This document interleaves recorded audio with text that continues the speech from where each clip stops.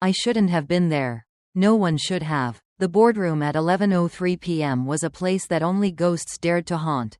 A cavernous space lined with ergonomic chairs that still smelled like the desperate deals they'd sealed. The quarterly forecast flickered on the screen like a dying promise, and for a moment, I wondered if it was trying to warn me. My name is Evelyn Torres. Or at least, that's what it says on the badge clipped to my worn blazer. Once, that name commanded respect, a quiet confidence that made new hires tremble and execs second-guess their decisions. But now, my name had become a ghost too.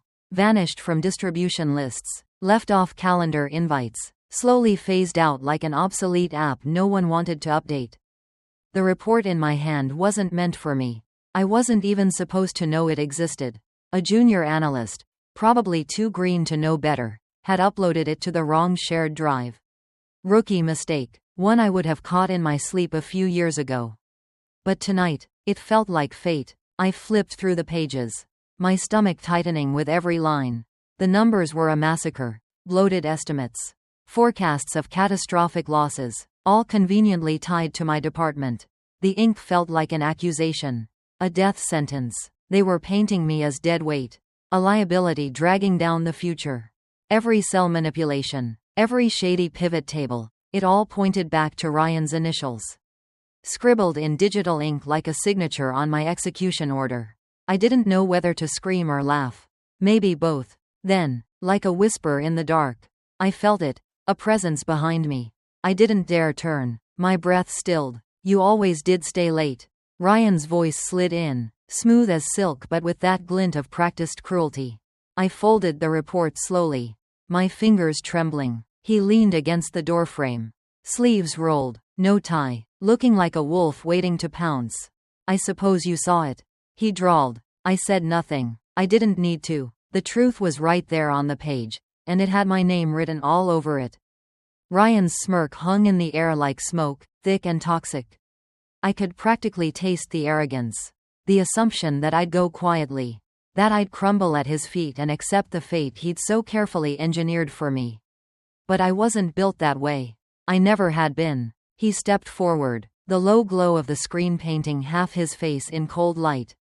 You built something great here, Evelyn, he said, his tone dripping with that false sympathy he'd mastered in countless boardroom maneuvers. But times change. We need to be agile. We need automation. You understand, don't you? My heart pounded so hard I thought it might burst. Agility, automation, words meant to erase people like me, who'd given everything for this place. Words meant to sweep me under the rug and let his shiny new hires, with their generic business degrees and their eager, clueless smiles, inherit the kingdom I'd built. I almost laughed, almost, but instead, I felt something inside me shift, a quiet defiance that had always been my saving grace. I walked past him, brushing his shoulder with just enough pressure to let him know I wasn't afraid. At the door, I paused and turned back to him. Funny, I said, my voice like steel wrapped in silk. You talk about automation like I didn't design half the code your new team still depends on. He didn't reply. His silence was my confirmation. I made my way back to my office. The hallways dark and empty. Every shadow felt like a threat, but I refused to let them see me falter. At my desk, I didn't pack my things.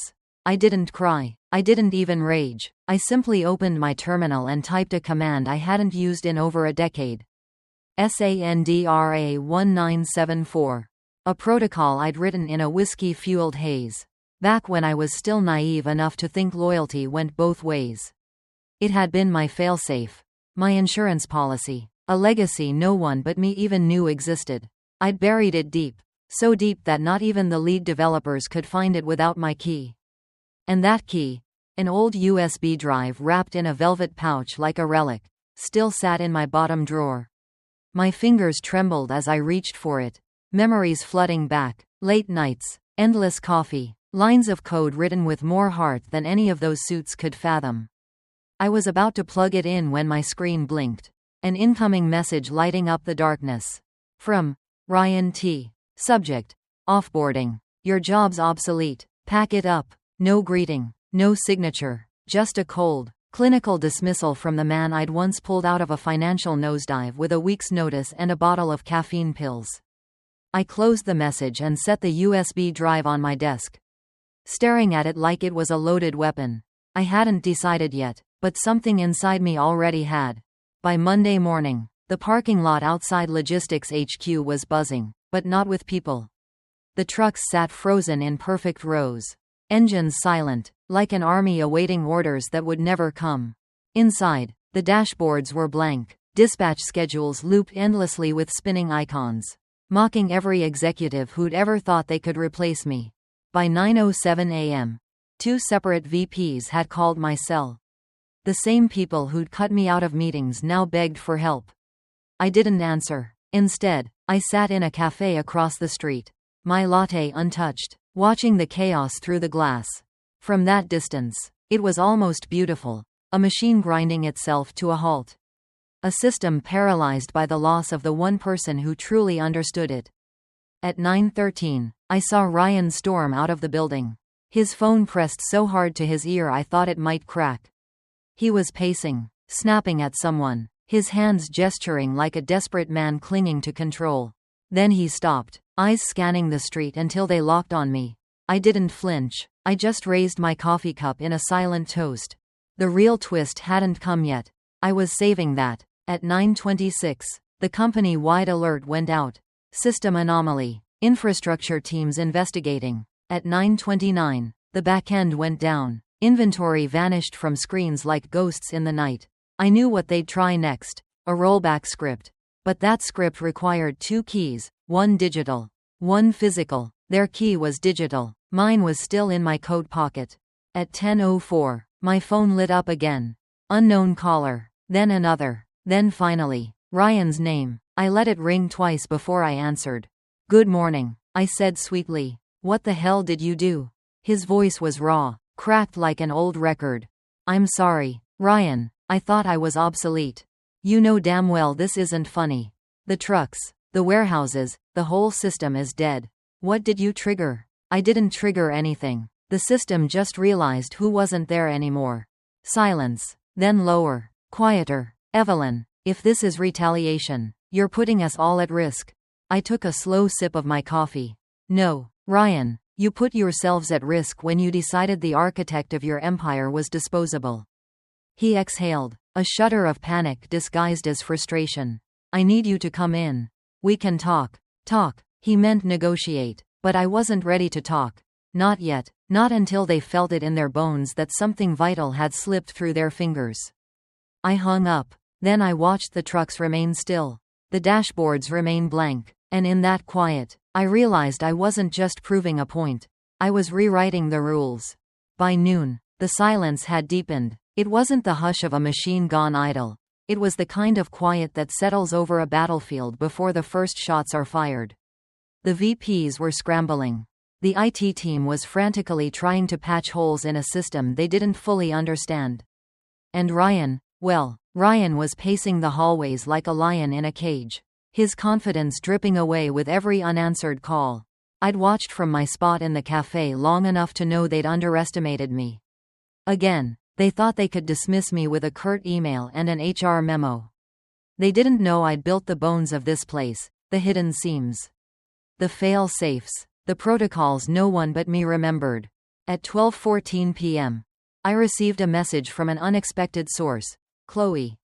Sweet, brilliant Chloe, the one bright spot in a sea of politics and power plays.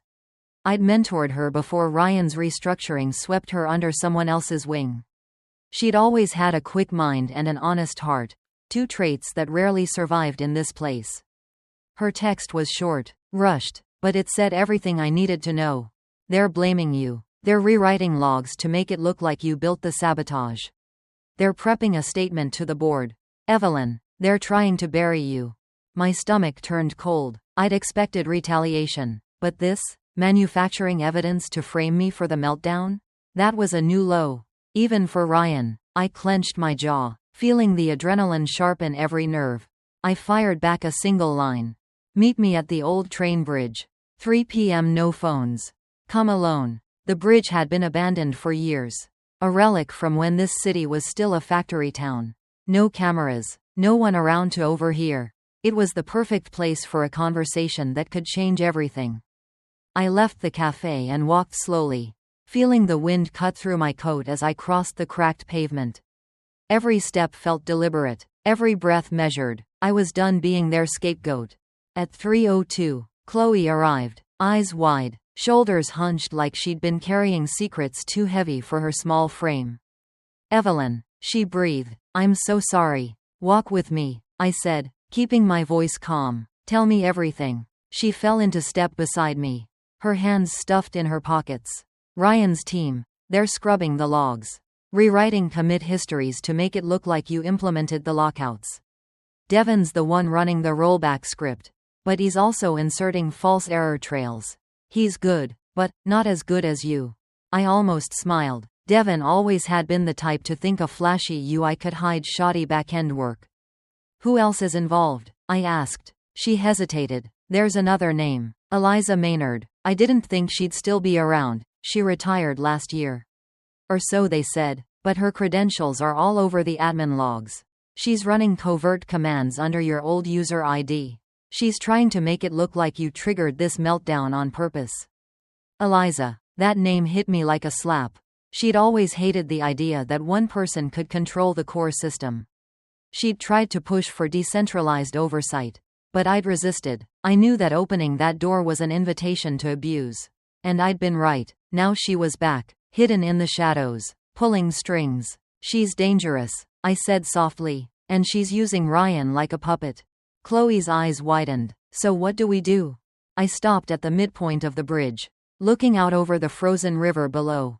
My breath clouded the air like smoke. "We show them," I said. "We expose every lie, every forged line of code, every coward hiding behind their credentials." She bit her lip. "How?" "They control everything now. The board, the narrative." "Not everything," I said, a grim smile forming. "They forgot one thing. The system might have been built for efficiency. But I built it for resilience. They think they can overwrite the past. But they forgot that I keep the original logs. Immutable. Signed. Timestamped. The truth is in there. And I can prove it." She blinked. "But that means. It means we bait them." I finished. "We make them think they've won. And when they push the final update, the one that seals my guilt, I'll catch them in the act." Her breath hitched. "What do you need from me?" "Access," I said, quietly. "A single line of code. Something only you can slip through. I need a mirror protocol. A ghost that records every keystroke, every commit, every command. Once it's in place, I'll know everything they try to hide." She nodded, her face set with determination. "I can do that." "Good," I said, a warmth sparking in my chest. "Then let's get to work." By the time I got back to my apartment, the sun had dipped below the skyline. The city bathed in the blue glow of streetlights and broken promises. I fired up my laptop and watched as Chloe's keylogger lit up my screen with a cascade of data. Ryan's team was moving fast, so fast they didn't bother to cover their tracks.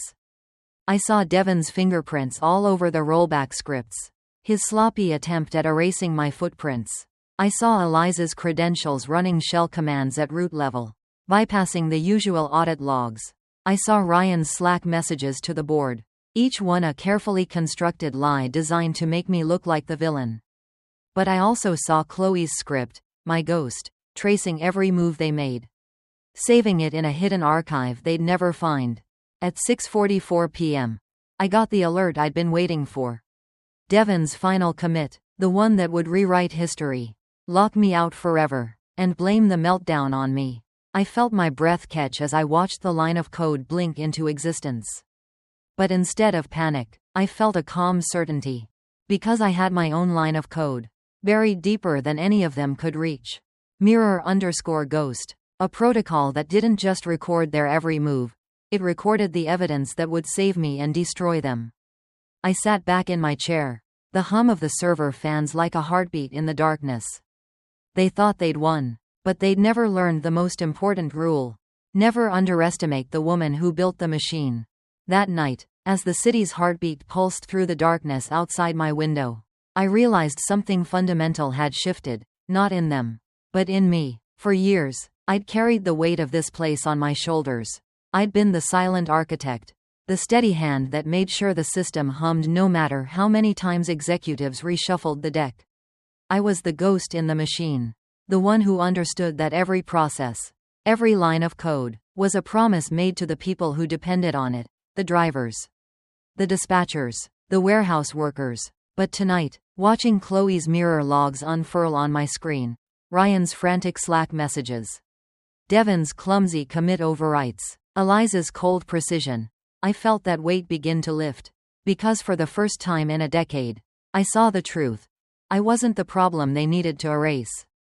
I was the one they feared most. Fear is a funny thing in corporate hallways.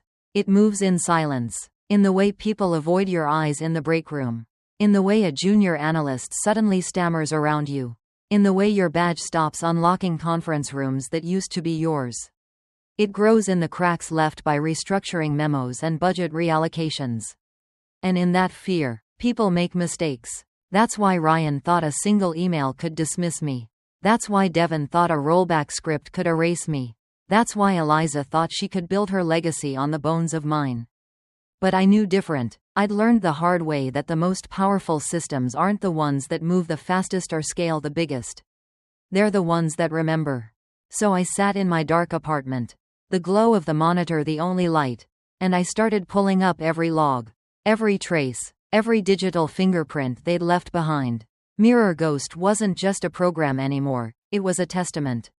Every line of code they tried to overwrite, every Slack message they thought was deleted, every shadowed credential they used, it was all there, immutable and time-stamped. I opened the thread where Eliza had planned the final purge. She'd been methodical, careful to route everything through offshore proxies and anonymized VPNs.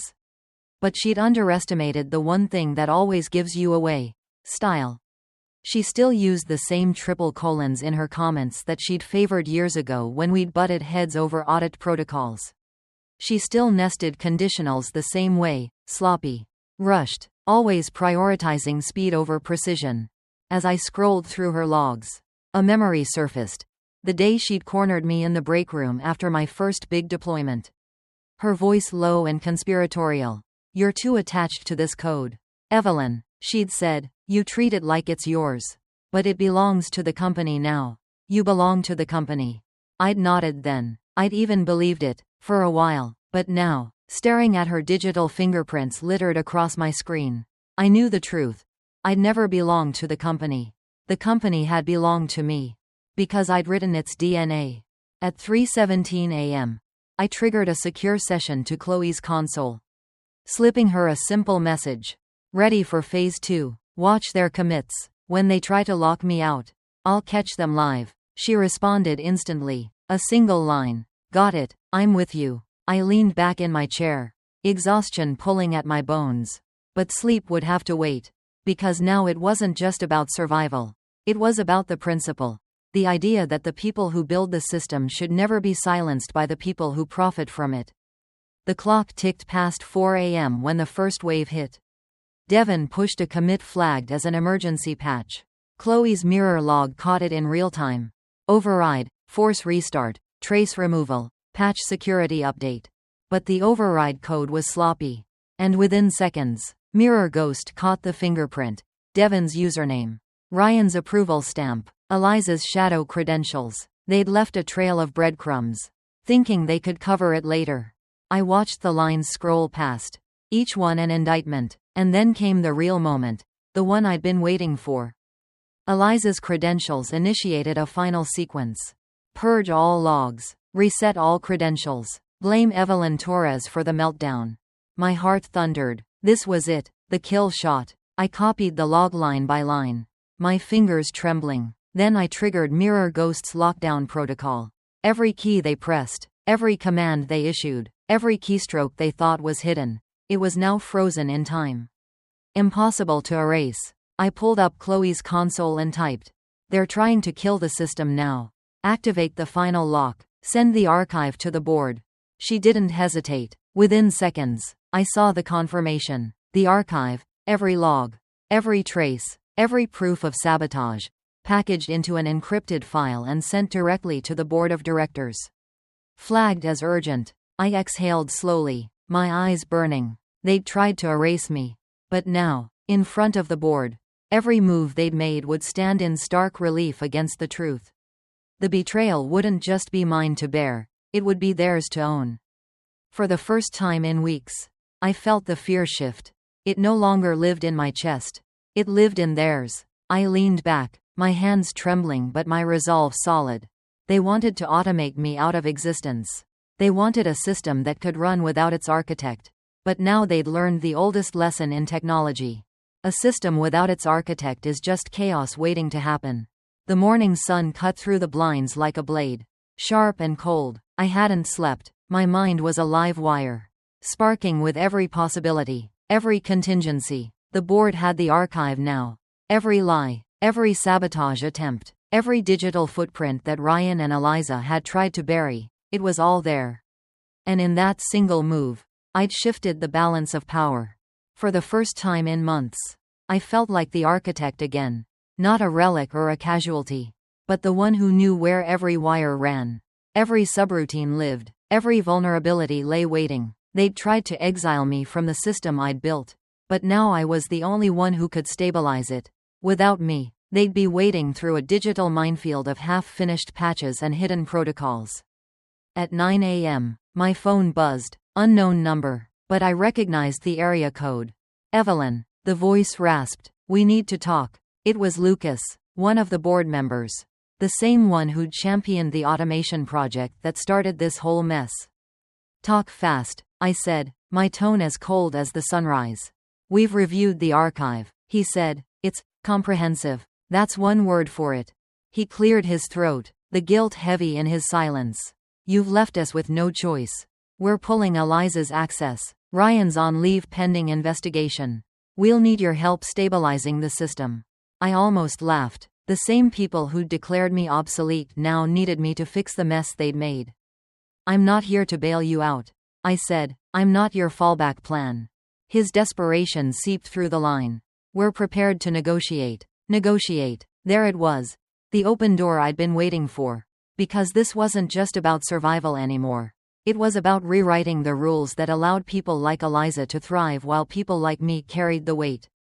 Here's how this works, I said, my voice steady. You don't get to dictate the terms anymore. I do. Silence. Then a cautious, go on. First, I said, I want my name cleared. Publicly. A full statement to every employee explaining exactly who orchestrated the sabotage. Lucas hesitated. That will have repercussions. Good, I snapped. Maybe next time they'll think twice before targeting the one person who actually knows how this place runs. He sighed. What else? I want full control of the logistics kernel until the investigation is complete. No one, no VPs, no consultants, no junior analysts, touches a single line of code unless I approve it. That's a lot of power, he said, uncertainty dripping from every word. That's the point, I replied. If you want your trucks moving again, you're going to have to trust the person who built the engine. He paused, probably weighing the cost of his pride. Agreed. Anything else? One more thing, I said. Chloe Martinez. She stays. She's under my protection. She's the only one left in that building who remembers what integrity looks like. Done, Lucas said. I'll draft the statement. The board will sign it by noon. Good, I said. Now hang up and get it done. I ended the call and let out a long breath. My hands were trembling, but not from fear. This was adrenaline. The thrill of taking back what they'd stolen. By 10 a.m., the company's intranet homepage lit up with the official statement. Following a thorough investigation, we have determined that the recent system disruptions were the result of unauthorized actions by select individuals acting outside company protocol.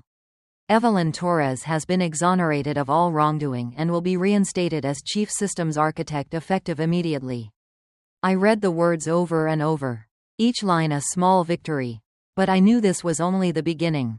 Because the real work wasn't about clearing my name. It was about building something stronger than the system they'd tried to destroy. I called Chloe. She picked up on the first ring. You did it, she breathed. We did it, I corrected. But listen to me carefully. Chloe, they're going to try to paint this as an isolated incident. A rogue employee. But the truth is bigger than that. The system itself is broken. It rewards the wrong people and punishes the right ones. We can't just patch the code. We have to rebuild it." Her voice trembled. "That sounds risky." I smiled, though she couldn't see it. Everything worth doing is risky. She was silent for a long moment. Then, "What do you need me to do?" "I need you to be my eyes and ears. Watch the audit logs, the commit histories, flag anything that looks like an attempt to undermine this investigation. And I need you to start mapping the vulnerabilities we always talked about, the ones the execs refused to address." "You want me to build a new system?" she whispered. "I want us to build a better one," I said. "One that doesn't depend on any single person. Not even me. One that rewards the people who keep it running instead of the ones who exploit it." She exhaled, a sound of relief and resolve. "I'm in." "Good," I said, my heart pounding. "Then let's get to work." Because the system they'd built had always been designed to protect them from accountability. But the system I'd build would hold them to it. When I first walked into that building all those years ago, I was just a name on a badge. A quiet girl with big eyes and a head full of code. I'd worked my way up from the bottom, building systems from the ground up, never asking for anything but a fair shot and the respect that came from competence. I'd thought that was enough. That hard work and loyalty were the only currencies that mattered. But the last few days had taught me otherwise. Watching Ryan's smirk as he tried to erase me, seeing Eliza's fingerprints on the sabotage, hearing Lucas's desperation in his voice when he realized they couldn't function without me. All of it painted a brutal truth. The system I'd given so much to didn't just forget people like me. It devoured them. That realization hit me harder than any line of code or rollback script ever could. Because I'd believed, deep down, that the system was fair, or at least that it could be if people like me stayed vigilant. But the truth was uglier. The system was designed to keep power in the hands of those who'd never written a single line of code. Who'd never stayed up all night fixing a broken deployment. Who'd never once thought about the human cost of a failed rollout. I was done accepting that. That's why, even after the board reinstated me and gave me back my title, Chief Systems Architect, the title I'd practically bled for, I didn't feel victorious. I felt resolute, because a title without change was just another way to keep me quiet. So I started where I'd always started, with the code. I spent hours combing through every module, every subroutine, every hidden call. The logistics kernel was mine again. But I wasn't here to polish old scripts. I was here to rebuild the foundation. Chloe worked with me, her fingers flying across the keyboard like a dancer. We worked side by side in a corner office no one else wanted, the one with the broken blinds and the flickering light. It felt fitting, like the two of us were forging something new in the shadows of a system that had tried to bury us. "Look at this," she said one night, pointing at a segment of the logistics kernel I'd written years ago. "You designed this with built-in redundancy. Like you knew someone would try to sabotage it." I smiled, though my chest ached with the memory. I knew someone would try to take shortcuts. I just never expected them to try to take me out in the process. She shook her head. "They never understood, did they? The system isn't just lines of code. It's people. It's you." Her words settled over me like a bomb. But they also stoked a fire. Because she was right. The system had always been more than code. It was the warehouse workers who trusted that their shipments would arrive on time. It was the drivers who needed accurate routes to feed their families. It was the analysts who needed reliable data to make decisions that kept the company afloat. And it was me. That night, as the city slept and the servers hummed like a distant heartbeat, I started sketching the blueprint for a new system. One that couldn't be hijacked by a single bad actor or manipulated by a boardroom coup. Chloe watched me work, her eyes bright. "You're not just patching things, are you?" she asked softly. "No," I said, the determination sharp in my voice. "I'm building something they can't control. A system that values the people who make it run, not the ones who just sign the checks."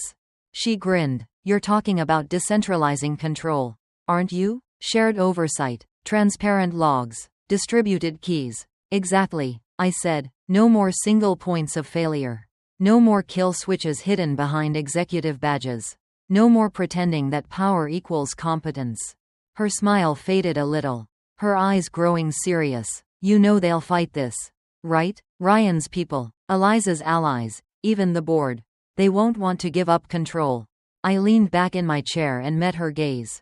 Then we'll make it so they can't take it back. We'll build it into the system itself. Fail-safes. Accountability. Protocols that even I can't override without consensus.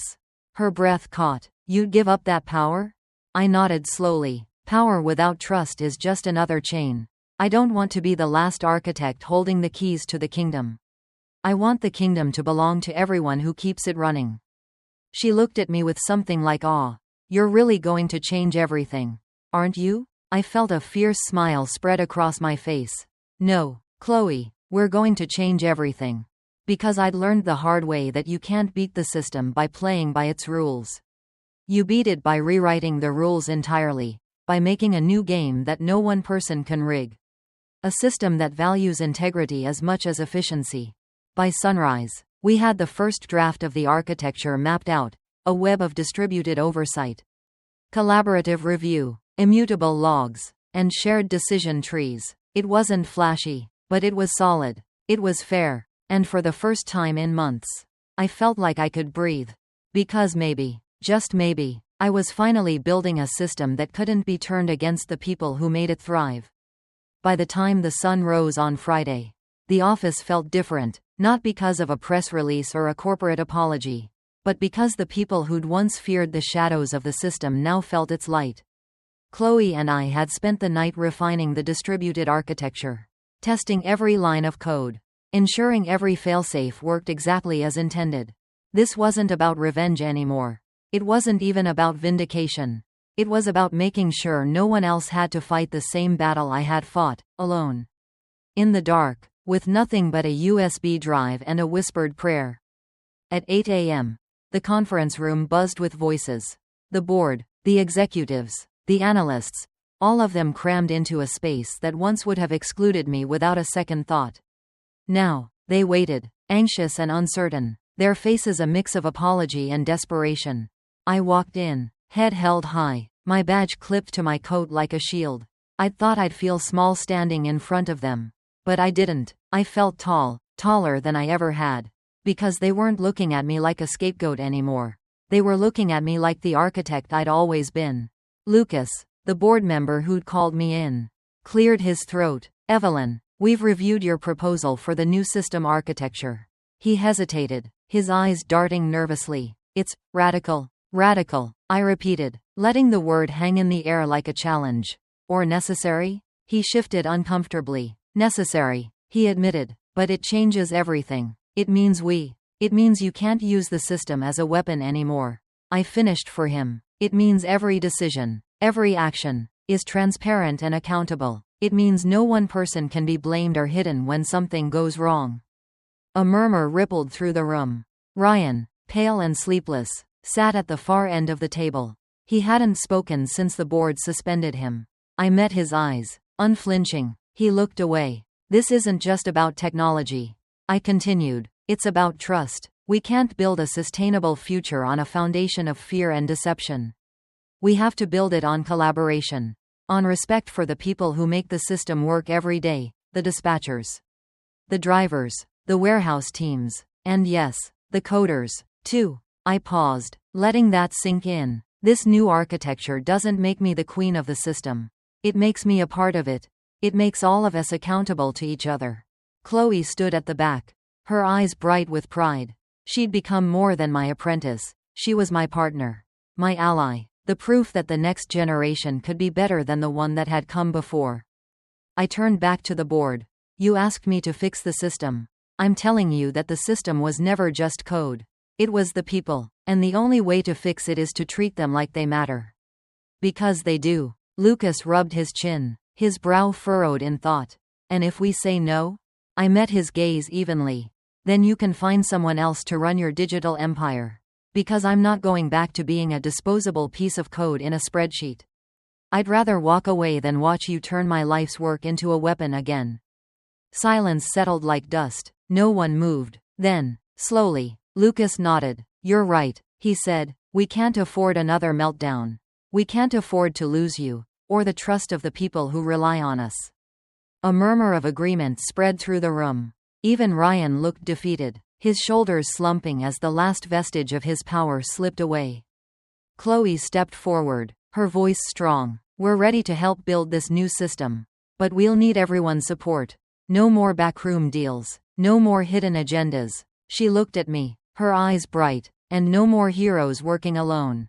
My throat tightened. I reached out and gripped her hand, feeling the strength in her grasp. "No more heroes," I agreed. "Just a team." The room shifted. Something fundamental changed. Where once there had been hierarchy and fear, there was now the beginning of trust. A fragile, uncertain trust, but a start. By noon, the board had signed off on the new architecture. The press release went out. Effective immediately, Evelyn Torres will oversee the implementation of a new collaborative logistics system, designed to ensure transparency, accountability, and resilience. But the words didn't matter as much as what came next. That afternoon, Chloe and I walked the floors of Logistics HQ together. We stopped by the dispatch center, the warehouse terminals, the driver break rooms. We met the people whose livelihoods depended on the systems I'd built, and the ones I was about to rebuild. I listened to their worries, their frustrations, their ideas. I wrote them all down, because no system was worth building if it didn't serve them first. At 5:30 p.m., I found myself standing on the loading dock. The evening air crisp and cool. The trucks rumbled to life, engines humming like a promise. I watched as the drivers loaded their manifests, their faces weary but hopeful. Ryan was nowhere in sight. He'd become a ghost in his own empire, his voice silenced by the truth he'd tried so hard to bury. Eliza's access had been revoked, her name now carried in hushed tones. A cautionary tale of ambition gone too far. As the last truck pulled away, Chloe appeared at my side. "Do you think it'll work?" she asked. I looked out at the horizon, the city lights flickering in the distance. "I think it already is," I said, "because for the first time, we're building something that doesn't need me to hold it together. Something that can stand on its own." She smiled, the light catching her eyes. "And what about you?" I took a deep breath, feeling the wind in my hair, the freedom in my chest. "I'm finally building a system that doesn't depend on one person to survive," I said. "That means I can finally step back. I can finally live." For the first time in a long time, I felt like I was more than just a line of code or a name on a badge.